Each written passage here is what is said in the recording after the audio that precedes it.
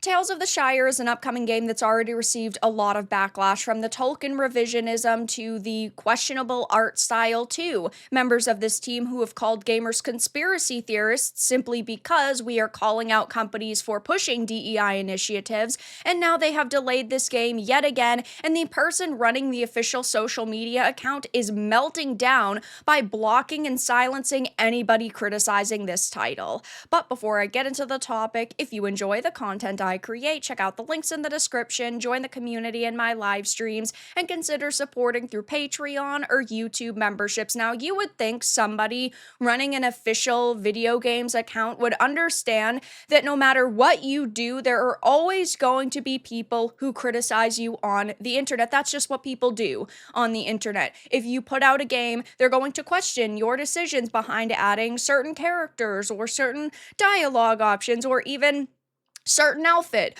options. They are going to question the people that are on the team, especially now in 2025 when we are in the middle of Gamergate 2. And instead of just accepting the fact that people have been criticizing this game, they are melting down over any backlash and they are silencing people. So taking a step back, I have talked about this game a few times. Those videos will be linked in the description, but here's just an article that wraps up the information that we had in September. Tales of the Shire, the DEI fueled cash grab dressed in hobbits clothing. They have made a lot of questionable decisions with this. It seems that they are definitely going down the Amazon Rings of Power route with the Tolkien revisionism. Not that I'm necessarily surprised by that happening, but I am very disappointed in it. At first glance, Tales of the Shire appears to be a quaint and cozy experience where you can live the serene life of a hobbit in the Shire. The game invites players to engage in daily routines such as fishing, gardening, cooking, and decorating their hobbit home,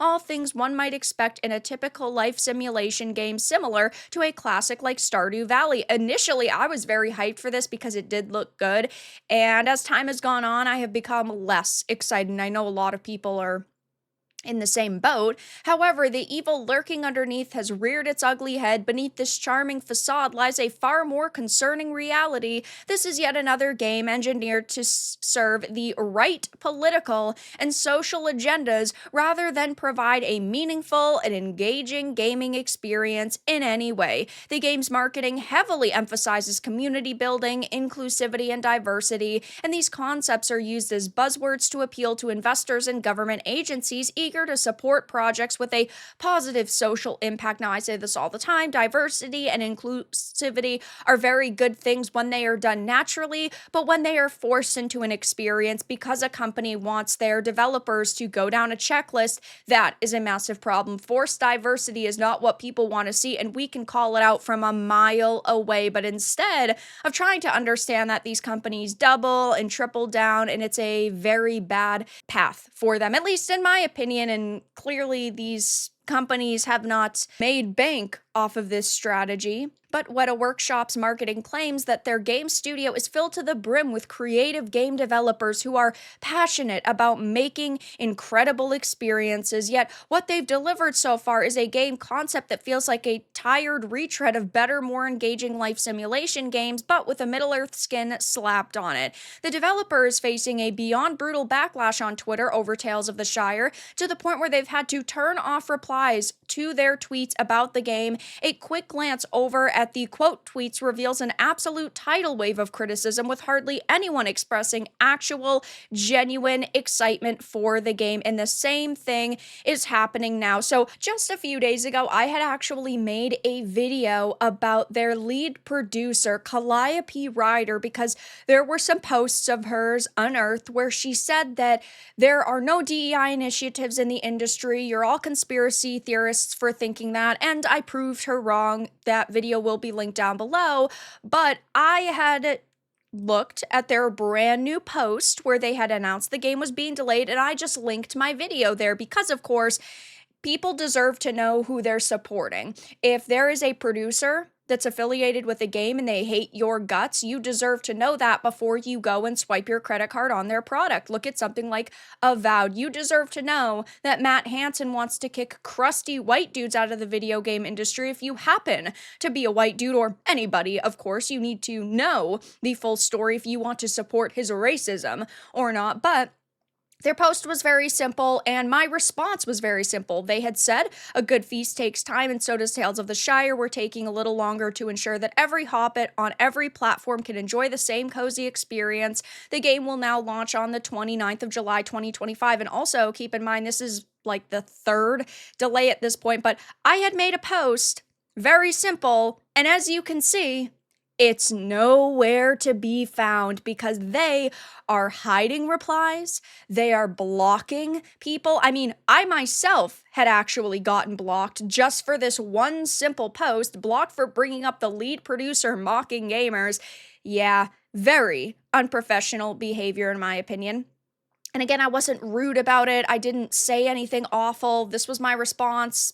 As you can see right here, hidden replies, hidden by @Tales of the Shire. All I did was put the title of my video and then a link to it. Tales of the Shire lead producer Mox Gamer says DEI initiatives in the industry are not real. I wasn't, attacking this person, Calliope. I wasn't attacking the team. Now, I do think that this game is Tolkien revisionism at its finest, very Amazon Rings of Power-esque situation, and I was someone who was initially very excited for this game. I am a Tolkien fanatic. I have up here 2 full shelves of Tolkien's work. Absolutely love his creations, love this world, love these characters. I'm somebody who would be part of the target audience to buy this game, but instead of taking, of course, my feedback and many other people's feedback into consideration, this social media manager is melting down. They are not even, of course, just blocking my post, but they are blocking basically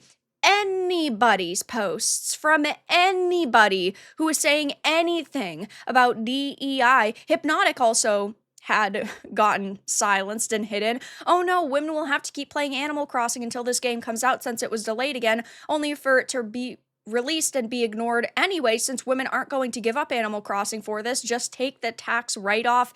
It's okay. He, again, wasn't rude. Wasn't being a dick. He's just pointing out that the longer you delay a game, the less people are going to pay attention to it. And, well, now people are going to pay attention to it for all of the wrong reasons. LOL, you guys are such snowflakes, and it's my post. Yeah, I mean, if they just ignored a post, it would look significantly better for them. But now they've created a whirlwind of controversy, all because I dared to point out posts that the lead producer herself made.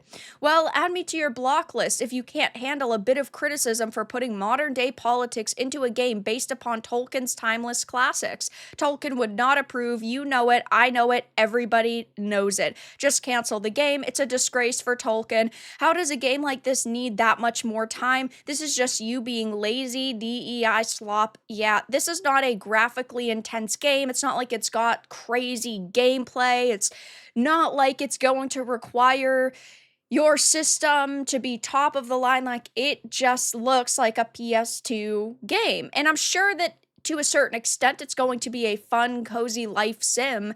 But when you're acting like this and you're delaying the game multiple times, none of it is a good look. So, of course, I will be keeping my eye on this title going forward, but it's delayed yet again, and they are blocking and silencing anybody who is criticizing them or this title. But that's all that I really had to discuss in this video. Let everyone know your thoughts in the comments below. If you enjoyed this, give it a like, and if you didn't, give it a dislike. I appreciate your support either way, but I'll talk to you all again in the next video really soon.